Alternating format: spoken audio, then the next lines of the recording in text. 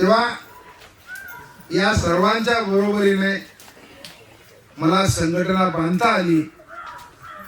मी तुमचा अनंत ऋणी आहे. खूप मेहरबानी तुमची माझ्यावर उपकार आहेत की तुम्ही माझं जीवन समृद्ध केलं.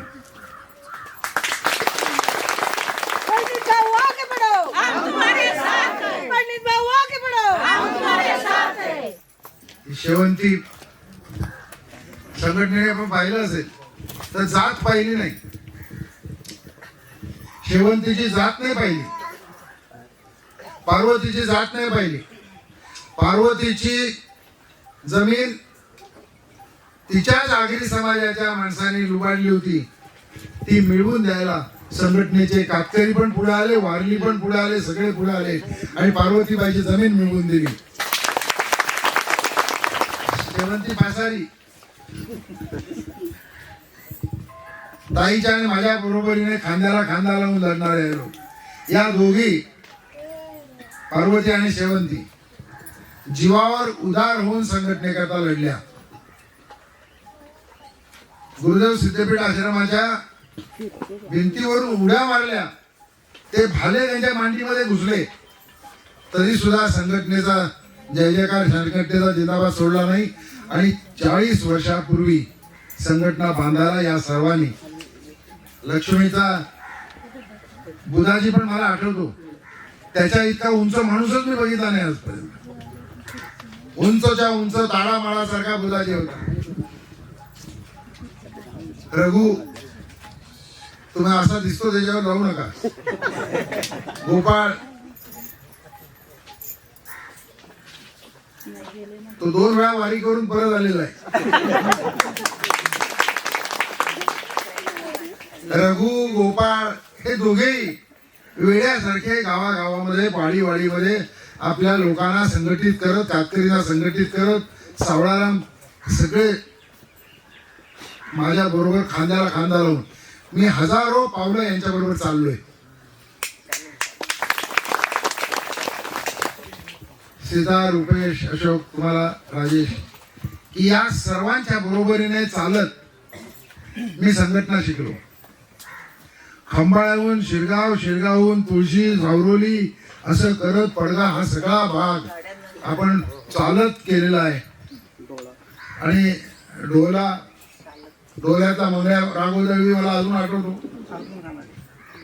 एक ना अनेक.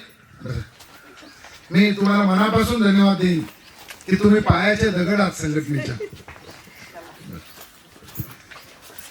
आणि तुम्हाला मला सांगायला रघु, गोपाळ, सावळाराम, लक्ष्मी, शेवंती, पासारी, पार्वती, मला तुम्हाला सांगायला आनंद होईल की आता मी जे फिरतोय गेले 6-7 दिवस, ते जवळपास 500-600 किलोमीटरचा प्रवास त्या विक्रमगडच्या टोकापासून आता परत भिवंडीच्या टोकापर्यंत, पूर्वीचा ठाणे जिल्ह्याला जवळपास माझी एक प्रदक्षिणा पूर्ण होते.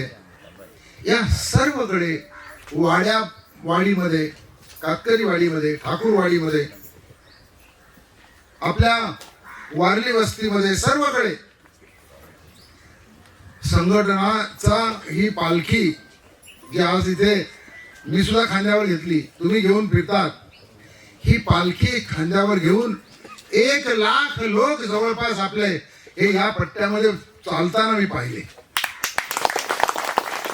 1 लाख लोकांची संघटना आहे. 43 वर्ष आपली संघटना सावळाराम सतत इथे मी ज्यांना उभं केलं ते सावळाराम, गोपाळ, रघु, लक्ष्मी, शेवंती, पार्वती हे सगळे कमीत कमी 40 वर्ष सलग न चुकता सभासद होणारे लोक आहेत. आणि ज्यांच्या तोंडामध्ये गाणी आहेत की सभासद तुझा होईन ग आई मी वर्षाच्या वर्षाला,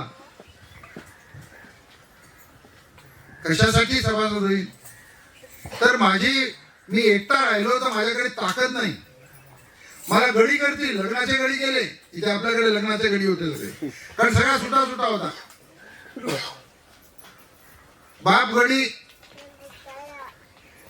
पोरगा 5-6-7 वर्षाचा झाला का बकऱ्यांच्यावर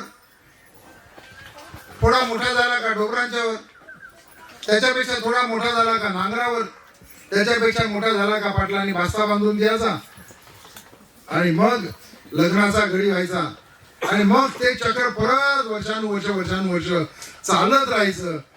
त्या चक्राला या लोकांनी माझ्या बरोबरीनं राहून मूठमाती दिली, संपून टाकलं. लगीन गड्याची पद्धत इतिहास जमा करून टाकली आपल्या जिल्ह्यामध्ये. जगायचा प्रश्न आला, पलाट काढली, पलाटाचा लढा केला, जमिनीचा लढा केला. खंबाळ्याला किती मोठा हल्ला पार्वतीच्या घरावर आणि शेवंतीच्या घरावर आणि बुधारी डंबालीच्या घरावर झाला होता. सगळ्या गावाने मिळून हल्ला केला. पण जेव्हा त्यांच्यावर हल्ला झाला तेव्हा तुम्ही सर्वजण, मग खानिवलीचे असतील, पालीचे असतील, बाबारचे असतील, ते सगळेजण धावत गेलात आणि त्यांना वाचवलं.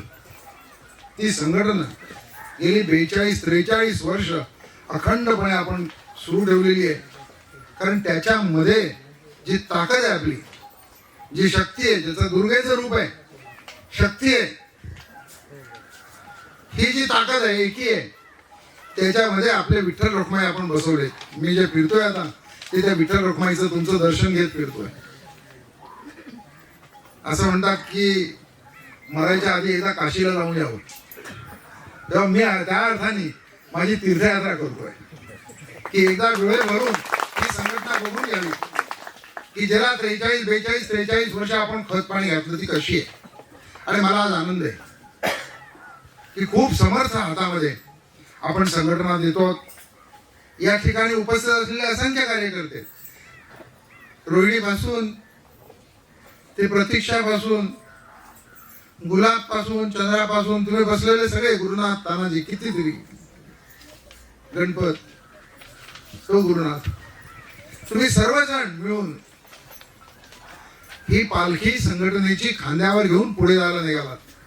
मी तुम्हाला हे सांगायला जातोय की आता हा आपला संघटनेचा झेंडा आपल्या तरुण मुलांच्या खांद्यावर द्या. देशाच्या स्वातंत्र्याला 75 वर्ष होऊन गेली, आता 80 वर्ष होतील. देशाला संविधान मिळालेला 76 वर्ष होऊन गेली. पण ज्या भागामध्ये मी आता गेलो त्यातला बराचसा भाग संघटनेमध्ये नव्याने जुळतोय. जुना आहेच, नव्याने जुळतोय. त्या भागात सीता म्हणाली तसं देशाचं नाव माहिती नाही अशा असंख्य यशोदा आहेत. शाळेचं तोंड पाहिलं नाही अशा असंख्य पूनम आहेत की देशाच्या संविधानाने अधिकार दिला. 42-43 वर्षापूर्वी संघटना निर्माण केली ती याचसाठी की त्यावेळेला देशाच्या स्वातंत्र्याला 25 वर्ष उलटून गेली होती. स्वातंत्र्याचा रौप्य महोत्सव होऊन गेला होता. पण स्वातंत्र्याचा रौप्य महोत्सव होऊन गेल्यानंतर सुद्धा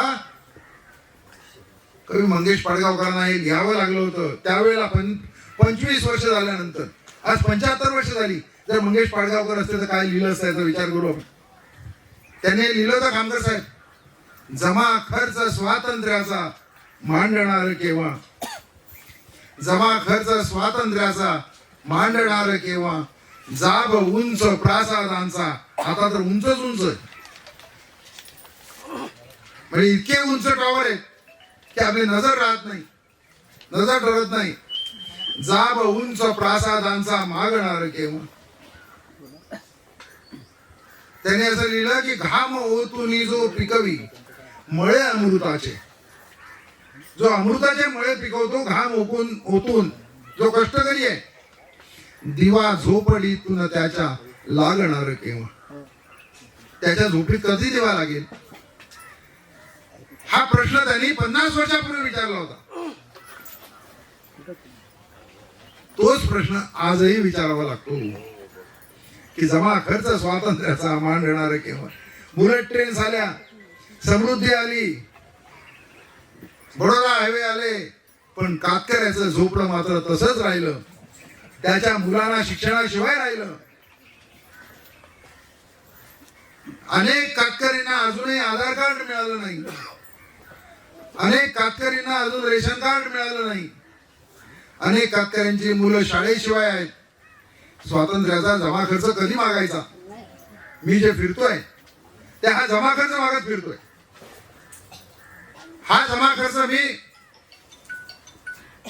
म्हणून 10 जून 2024ला 21 महिन्यापूर्वी शासनाकडे मागितला, कारण माझं कामच होतं आढावा घ्यायचं, म्हणजे जमा खर्च मागायचं. तेव्हा मी जमा खर्च मागितला की मला 24 मुद्द्यांची माहिती द्या.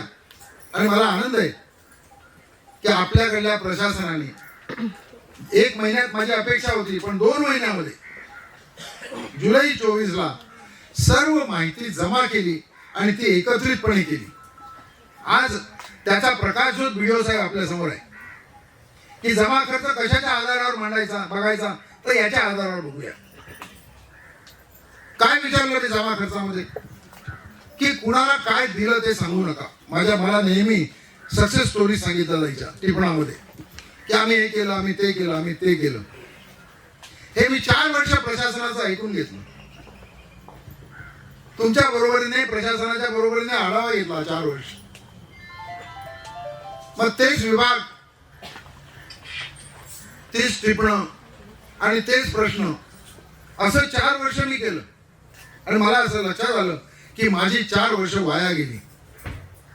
मी काहीच करू शकलो नाही, कारण मी काय दिलंय ते बघितलं. जेव्हा गावागावामध्ये मी जायला सुरुवात केली आणि विचारायला सुरुवात केली की चंद्रा तुझं आधार कार्ड दाखव, तेव्हा मला चंद्राने सांगितलं की तिच्याकडे आधार कार्ड नाही. मग मी तिथल्या ग्रामसेवकांना, तलाठ्यांना, बीडीओना, तहसीलदारांना विचारलं. तेव्हा प्रत्येक जण मला सांगायचा की आम्ही 8 दिवसात देतो, आणि दिली पण. माझ्यासमोर प्रश्न होता, असे किती आहेत की ज्यांच्याकडे आधार कार्ड नाही गावामध्ये.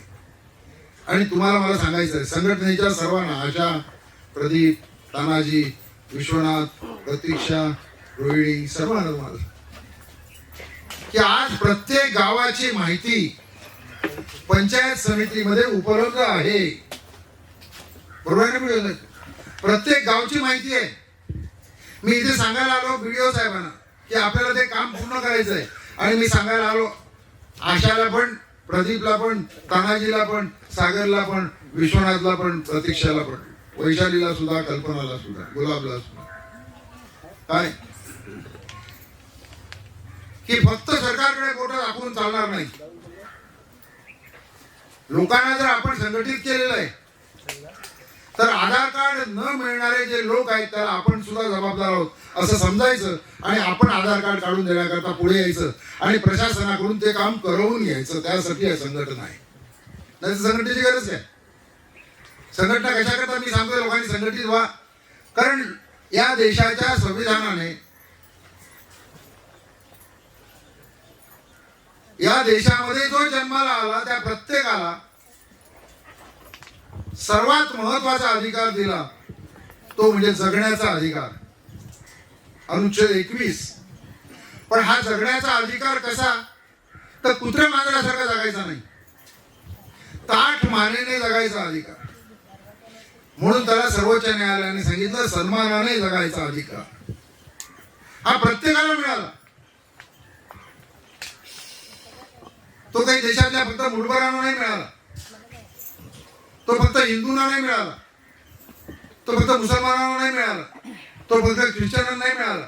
तो या देशामध्ये जन्माला आलेला माणूस, तो कोणत्याही धर्माचा असो, कोणत्याही जातीचा असो, कोणत्याही रंगाचा असो, कोणत्याही भाषेचा असो, कोणत्याही प्रांताचा असो, त्याला तो अधिकार मिळाला.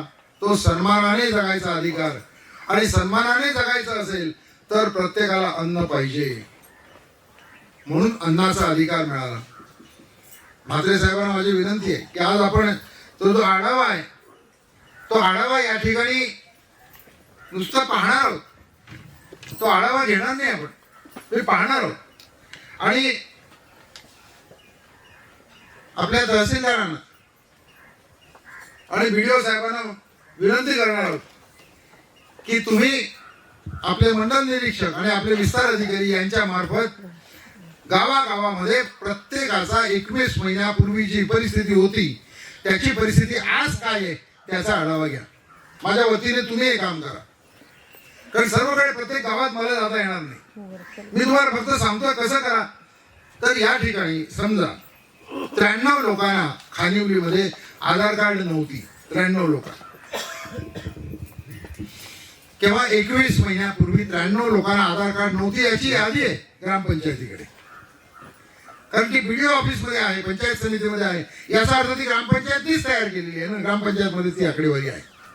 मग हे 93 लोकांच्या पैकी असं सांगतात की या 93 पैकी 93चं वाचन करा आपल्या विस्तार अधिकाऱ्यांना आणि आपल्या मंडल निरीक्षकांना बोलावून त्यांची बैठक एकत्रपणे घेऊन सांगा की त्याचं वाचन करा. 93 लोक, हे 93, ही शेवंती, ही रोहिणी, ही प्रतीक्षा, ही जया, याच्याशिवाय कोणी आहे का रे की ज्यांना रेशन कार्ड नाही, आधार कार्ड नाही?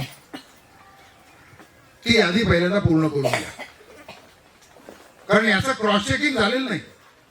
जी माहिती आपण मागवली ती माहिती आली, पण त्याशिवाय कोणी राहिलंय का याची खातर जमा झालेली नाही. ते पहिलं काम म्हणजे खातर जमा करा. आणि त्या 93 लोकांच्या पैकी किती लोकांना मिळाली ते बघा. आता इथे असं सांगितलंय मला की 93 पैकी 75 लोकांना मिळाली. मला अभिनंदन करायचं. या ग्रामपंचायतीचं संजय, निकिता मॅडम, त्यानंतर आपले वेखंडे, हेमंत वेखंडे, जरा उभे राहा ना आपण.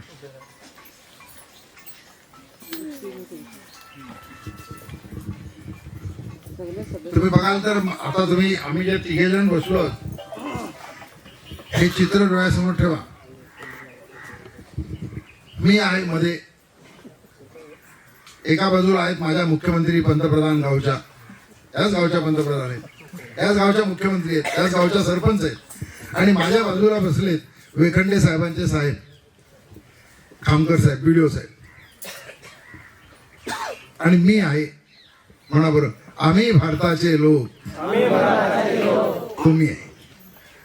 आम्ही भारताचे लोक, तुमच्या सर्वांचा प्रतिनिधी मी आहे. आणि माझ्या बाजूला सरकारचे एक हात आहे आणि सरकारचा दुसरा हात आहे. हे तुमच्या गावचं सरकार आहे. हेमंत वेखंडे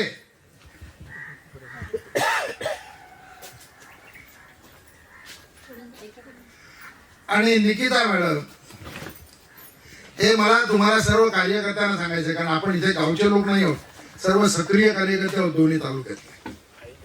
मी आता हे जे सांगतो हे शांतपणे ऐका. आणि हे तुम्हाला उसगावापासून सांगत नाही, उसगावाला तर घसापोट करून सांगतोच, पण इथे यांच्या समोर सांगतो. सरपंचांच्या, ग्रामसेवकांच्या, बीडीओच्या, नायब तहसीलदारांच्या समोर त्यांच्या साक्षीने सांगतो की सरकार सरकार सरकार लांब जाऊ नका. हे दोघे म्हणजे गावचं सरकार आहे, हे लक्षात ठेवा.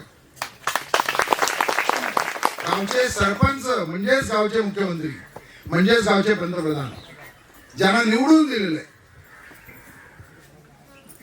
त्यामुळे निवडून ज्यांना देतो ते सरपंच होतात किंवा मुख्यमंत्री होतात किंवा पंतप्रधान होतात. आणि ज्यांना नेमतो, मला सुद्धा नेमलंय, पण ज्यांना नेमतात त्यांची परीक्षा घेतात.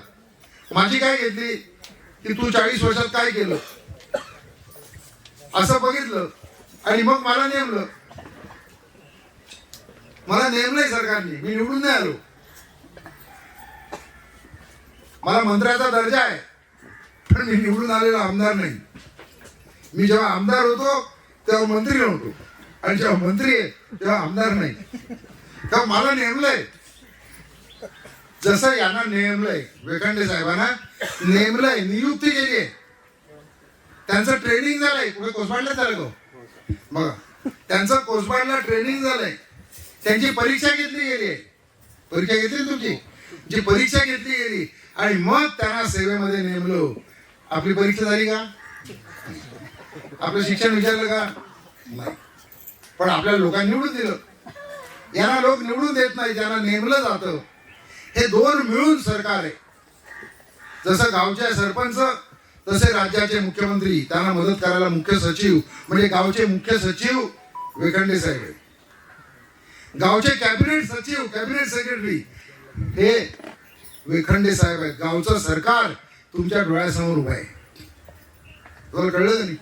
तुमच्या प्रत्येकाच्या गावामधलं सरकार तुम्हाला दिसेल, हे जाऊन लोकांना समजावून सांगा बरं की हे गावचं सरकार आहे. राज्याच्या सरकारला आपल्याला भेटता येईल, भेटता येणार नाही. देशाच्या सरकारला आपल्याला भेटता येणार नाही. दिल्लीला आहे, फार लांब. मुंबईत सुद्धा आपल्याला नाही जाता येणार. पण आपल्या गावामध्ये, आपल्या ग्रामपंचायतीमध्ये आपलं सरकार आहे. काय करायचं आहे सरकारचं?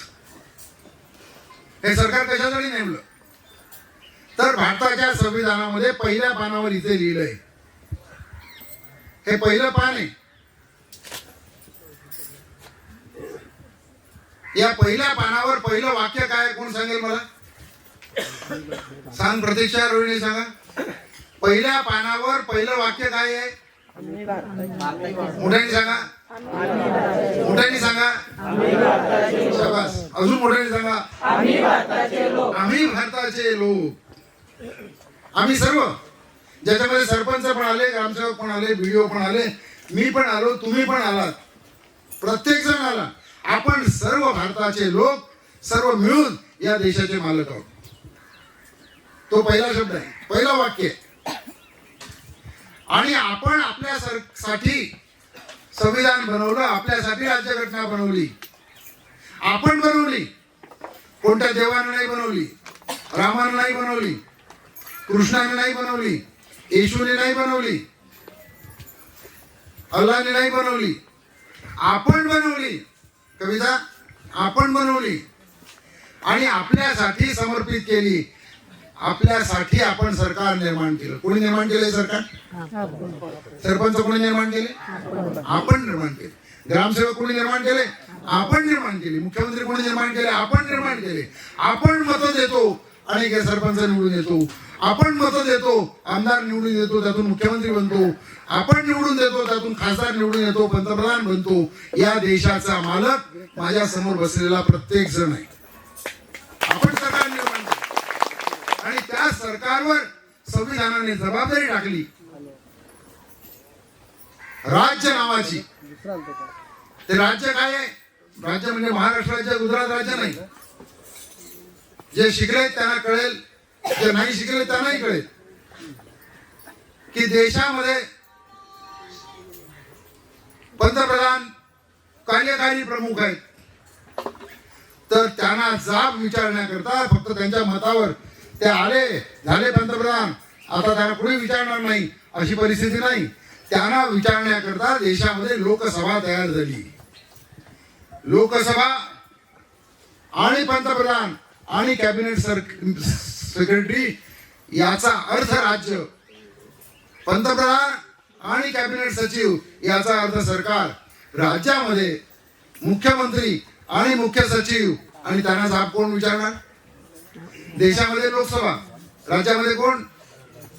बरोबर आहे, राज्यामध्ये कोण? विधानसभा. बरोबर, मोठ्याने बोला ना. देशामध्ये लोकसभा, राज्यामध्ये आणि गावामध्ये ग्रामसभा. तुम्हाला जाब विचारणार? विचारते की नाही? विचारते की नाही? मग यालाच म्हणायचं राज्य. आणि तुम्ही दोघे सरकार, तुमची जबाबदारी आहे ग्रामसभेला उत्तर द्यायची. तुम्ही असं सांगू शकता का तुम्ही कोण विचारणार आम्हाला? सांगू शकता? नाही सांगू शकत. त्यांनी विचारलेल्या प्रश्नाचं उत्तर देणं त्यालाच म्हणायचं उत्तरदायित्व. इतकं साध्या सोपं आहे. नागरिकत्व किती सोपं आहे बघा. नागरिक शास्त्र सोपं आहे का? तर माझ्या मागे आशा आहे.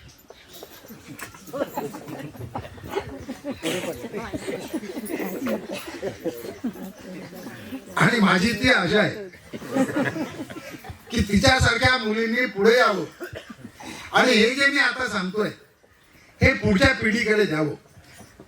हे जे सरकार आम्ही निर्माण केलं, त्या सरकारला आम्ही सांगितलं की प्रत्येकाला अन्नाचा अधिकार आहे.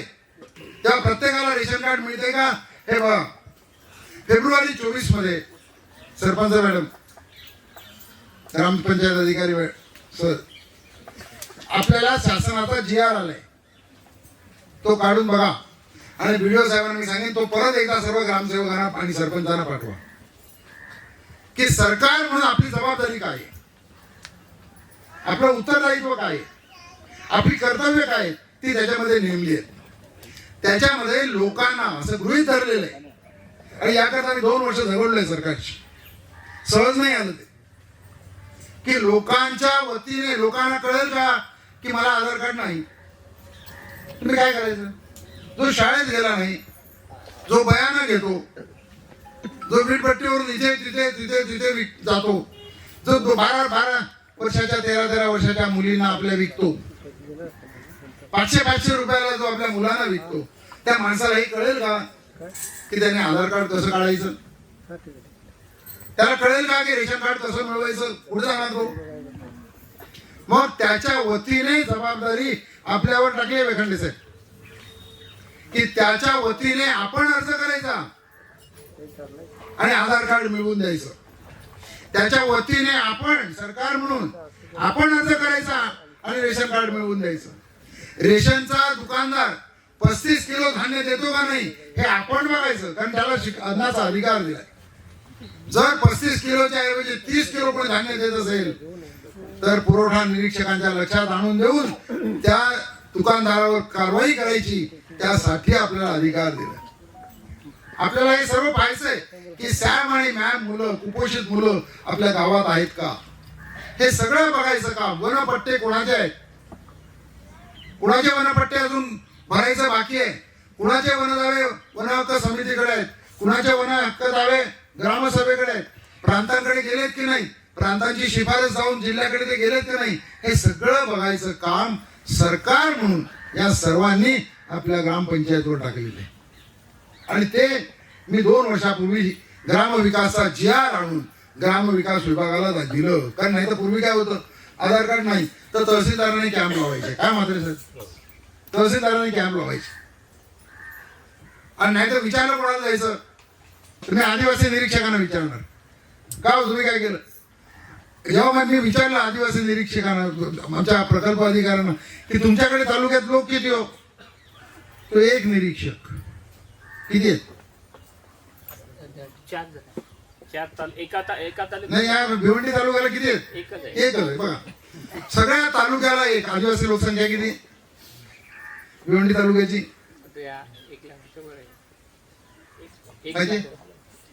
1 लाखाच्या वर. आदिवासी लोकसंख्या एवढी नसेल, 1 लाखाच्या वर आहे. बरं, समजा 1 लाख लोकांना एक माणूस आहे, त्याची करंगळी तरी येईल का कोणाला? कसं आहे, 1 लाख लोकांना एक माणूस आहे. मी महसूलला विचारलं तुमच्याकडे किती, तर आमच्याकडे 40 तलाठी आहेत, 20 तलाठ्याच्या जागा रिक्त आहेत. तुमच्याकडे जागा रिक्त कमी आहेत, भिवंडी आहे म्हणून. मोखाड्यात सर्वात जास्त रिक्त आहेत. तर महसूलकडे माणसं नाहीत, आदिवासी खात्याकडे माणसं नाहीत. मग लोक आहेत असं खातं कोणतं? एकमेव खातं आहे व्हिडिओ साहेब आपण, की आपल्याकडे कृषी अधिकारी पण आहे, आपल्याकडे बालविकास प्रकल्प अधिकारी पण आहे, आपल्याकडे शिक्षण अधिकारी पण आहे, आणि आपल्याकडे आरोग्य अधिकारी पण आहे, आपल्याकडे पशुसंवर्धन अधिकारी पण आहे. आपल्याकडे माणसंच माणसं आहे. आशापासून अंगणवाडी सेविकांपासून कृषी सहाय्यकांपासून मल्टीपर्पज वर्कर पर्यंत भरपूर लोक असणारे एकमेव विभाग, शिक्षकांपासून एकमेव विभाग म्हणजे ग्रामविकास. आणि म्हणून ग्रामविकास विभागाला मला झगडून हे मुख्यमंत्र्यांकडून करून घ्यावं लागलं की PM जनमनचा सर्व जबाबदाऱ्या या ग्रामपंचायतवर राहतील. मी तुम्हाला हे काय सांगतो की यापुढे तुमच्यापैकी कुणी तहसीलला आधार कार्ड नाही म्हणून जायचं कारण नाही, रेशन कार्ड नाही म्हणून तहसीलला जायचं कारण नाही. कोणताही कागदपत्र तुम्ही आता वेखंडे साहेब तुम्हाला सांगणार नाही यापुढे की मला कागदपत्र आणून दे. आतापर्यंत सांगितलं असेल, याच्या पुढे नाही सांगणार. बरोबर ना वेखंडे साहेब? कारण कागदपत्र तुमच्या पराठामध्ये पिकवता का तुम्ही? अनेक ठिकाणी गेलो तेव्हा मला ग्रामसेवकांनी सांगितलं की आम्ही कागदपत्र मागितले, दिले नाही. तुला कागदपत्र काय त्यांच्याकडे झाडं लावले, त्या झाडाला लागतात का कागदपत्र? का पराठामध्ये कागदपत्र पेरतात? कागदपत्र निर्माण करायचं काम ग्रामपंचायत करत, प्राथमिक आरोग्य केंद्र करत, अंगणवाडीमध्ये होतं, आशामध्ये होतं की गरोदर महिला कोण आहे, स्तनदा महिला कोण आहे, बाळणपण कोणाचं झालं, कोण जन्माला आलं, कोण मेलं. दर महिन्याला मासिक सभेमध्ये व्हिडिओ साहेब सर्व ग्रामसेवकांना सूचना द्या की मासिक सभेमध्ये या महिन्यात जन्माला आलेले कोण आणि या महिन्यात गावातले मेलेले कोण त्याची नोंद घेऊन ते ग्रामसभेमध्ये त्या पद्धतीने मंजूर करा. जे 18 आधार कार्ड मिळणं बाकी आहे ते या फेब्रुवारी अखेरपर्यंत निरंक करा. फेब्रुवारी अखेरीला मी जिल्ह्याचा आढावा घेईन. परत याच पद्धतीने 21 महिन्यापूर्वी जे घेतलं त्याच्या आता परिस्थिती काय झाली आहे. त्यावेळेला तुमच्या तालुक्याचा पहिला क्रमांक येऊ द्या खामकर साहेब की आम्ही निरंक झालो. आता आमचं एकही पेंडन्सी काहीही नाही. मग जन्माचे दाखले नसतील तर जन्माचे दाखले देण्याचा अधिकार हा तहसीलदारांना शासनाने दिला. सिव्हिल कोर्टाचा काढून जन्माचा दाखला द्यायचा अधिकार. जन्माचा दाखला नाही म्हणून आधार कार्ड नाही हे कारण चालणार नाही. वेखंडेचे जन्माचा दाखला मागा, त्यासाठी अर्ज करा आणि तहसीलदारांकडून ते सर्व प्राप्त करून घ्या की ज्यामुळे प्रत्येकाला आधार कार्ड असेल. मी हे काय सांगतो तुम्हाला की वेळ जास्त मी घेणार नाही की बँकेत खातं नसलेल्या व्यक्तींची यादी ही त्यावेळेला किती होती ते आता नाही आहे. ती मला आपण व्हिडिओ साहेब पहा. आणि आता अजून 3 आहेत. तर हे 3 लोक जे आहेत या 3 पैकी एक जरी महिला असेल तरी ती मुख्यमंत्र्यांची लाडकी बहीण नसेल कारण तिचं बँकेत खातच नसेल. तेव्हा एकही जण बँकेत खातं नाही असं आपल्याकडे नको. जातीचे दाखले नसलेल्या व्यक्तींची यादी 93 आहे. वन दावे दाखल करणं एक आहे अजून आजच्या घडीला. का बरं हा एक बाकी आहे. केला दाखल.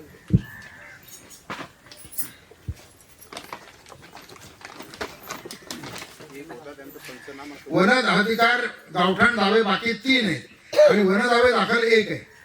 गावठाण ते गेले तो संख्या दाखवले सर. वन दावे 1 राहिला होता तो दिला आपण. गावठाण का वस्तीस्थान. हा वस्तीस्थान गावठाण विस्तारचं वस्तीस्थान. दोन गोष्टी आहे वेखंडे साहेब. वन अधिकार कायद्याप्रमाणे वस्तीस्थानाचा अधिकार 3-1 प्रमाणे. मग हे वन अधिकार तुम्ही जे म्हणता गावठाण हे 3-1 चा का 3-2 चा. 3-2 चा काय आहे वेखंडे साहेब या बरं साहेब पुढे. 3-2 काय आहे. गावठाण विस्तार करणे बरोबर. त्या ठिकाणी फॉरेस्टमध्ये जी वस्ती राहते आणि त्या वस्तीला त्या ठिकाणी राहण्यासाठी गावठाण निर्माण करून द्यायचं आहे. त्यासाठी जी वस्ती आहे जुनी त्याला निर्माण करून द्यायचंय का नवीन वस्ती निर्माण करायची आहे. जी वस्ती आहे आणि काही नवीन वस्ती तयार होत असेल तर त्या 2 गोष्टी वेगळ्या आहेत. मी म्हात्रे साहेब सर्व ग्रामसेवकांचं व्हिडिओना सांगून ज्यावेळेला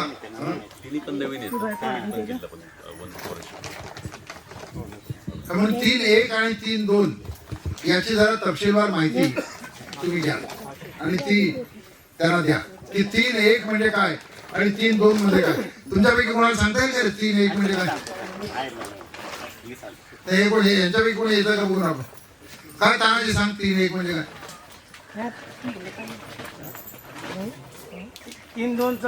3-1 म्हणजे काय सांग. गावठाणाचा काय 3-1 मध्ये काय 3-1 वस्तीस्थानाचा दावा. हा?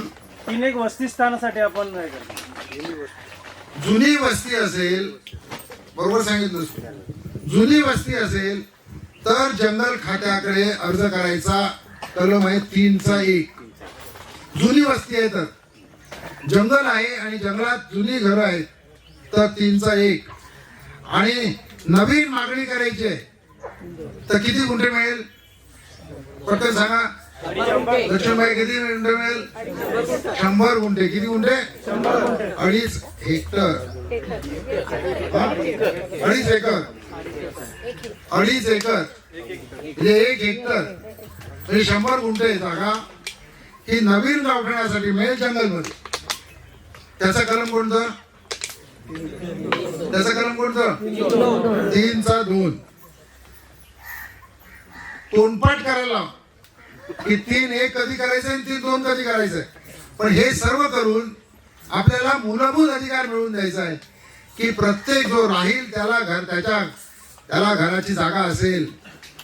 हा सुद्धा अधिकार मला अभिमान वाटेल सांगायला की आढावा समितीचा अध्यक्ष म्हणून जर मला कोणी विचारलं की तू काय काम केलं, तर एक 24 मुद्द्यांची माहिती सरकारला काढायला लावली. आणि दुसरं, गावठाणाचा अधिकार राज्यामधल्या प्रत्येक आदिवासीला मिळवून द्यायला माझा हातभार लागला. आता असा एकही आदिवासी राहणार नाही, वननिवासी राहणार नाही की ज्याला घर बांधायला जागा नाही.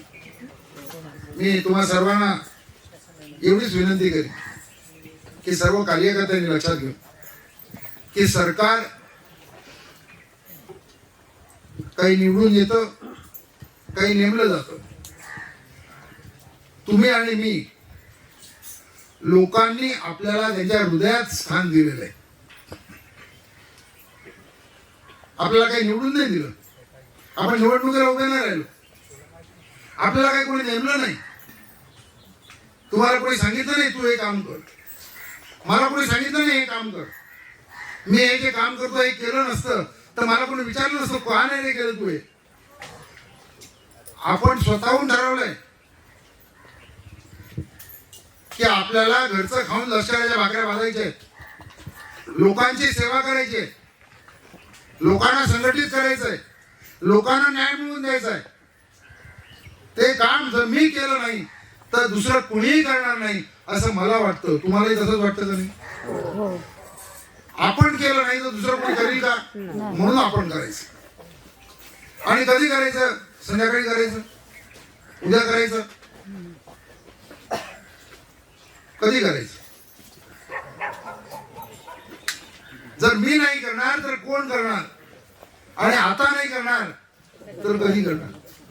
म्हणून कोणतीही गोष्ट संध्याकाळी करू, नंतर करू, उद्या करू असं करू नका. लगेच करा. नाहीतर कबीरांनी सांगितलं एक, आपण सांगू दुसरं. आज करे सो म्हणा, कल कर, कल करे सो परसो, इतने जल्दी क्या है, कितनी पडी आहे परसो. ही वर्ष महिने निघून जातील, म्हणून कल करे सो आज कर, आज करे सो अब, आत्ता कर, नंतर करू हे तोंडातून काढून टाका. आधार कार्ड उद्या देऊ, आत्ता आधार कार्ड द्यायला सुरुवात करू. कारण 80 वर्ष होतील अजून आधार कार्ड नाही, अशी परिस्थिती देशात किती वर्ष ठेवणार आपण? शाळेत मुलांना दाखल करायला आता सुरुवात करू. मी PDO साहेबांना सांगेन, मगाशी ठाकूर साहेब होते PI, त्यांची मदत घ्या. जे जगायला जाणारे कातकरी आहेत किंवा ज्या शाळेत न पाठवणारे आई बाप असतील तर पहिल्यांदा त्या कातकरी मुलाला उचलून आपल्या आदिवासी प्रकल्पाच्या शाळांमध्ये, ज्या आश्रमशाळा आहेत त्या आश्रमशाळांमध्ये सक्तीने दाखल करा. हातात जी आलेला, कोणती आश्रमशाळा नाही म्हणणार नाही. आश्रमशाळेमध्ये कातकरी मुलांना सक्तीने दाखल करा आणि जे आई वडील विरोध करतील त्यांच्यावर ठाकूर साहेबांना सांगून गुन्हा दाखल करा.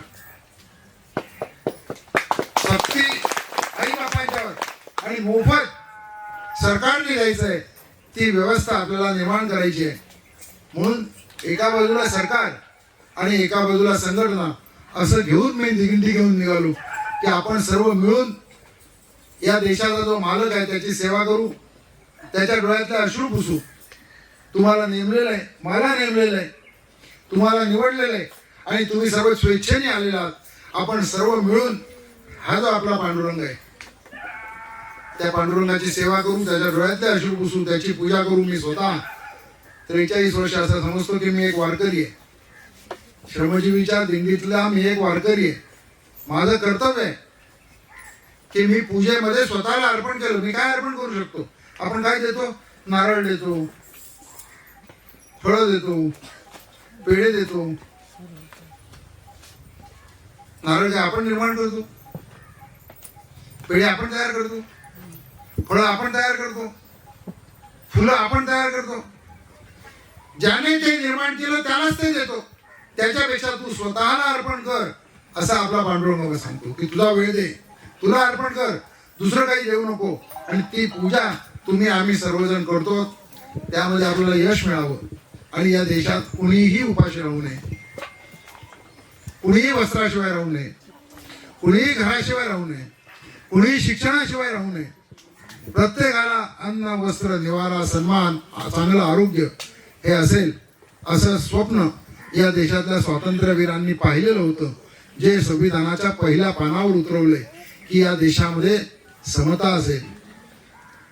विषमता आहे पण हा देश समतेकडे जाईल. अन्याय आहे पण हा देश सामाजिक, राजकीय, आर्थिक न्यायाकडे जाईल.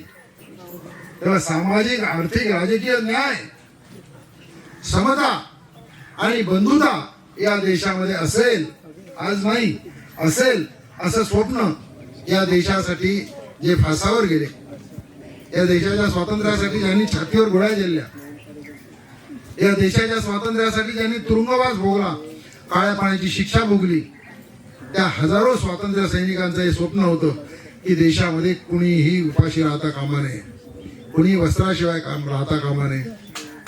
जो वरी सुखाचा घास नसे सर्वांना, जो वरी न होतील अवघ्या उन्नत माना, तो वरी न मानू स्वतंत्र आपुला देश, तो वरी राहू द्या अंगावर रणवेश. म्हणून आपली ही लढाई चालू आहे, भुकेची विरोधी लढाई चालू आहे, दारिद्र्याच्या विरोधी लढाई चालू आहे, विषमतेच्या विरोधात लढाई चालू आहे, अन्यायाच्या विरोधामध्ये लढाई चालू आहे. या लढाईमध्ये तुम्हाला मला सर्वांना यश मिळावं आणि हा देश सुखी व्हावा, संपन्न व्हावा, मंगल व्हावा अशी प्रार्थना करतो. जिंदाबाद.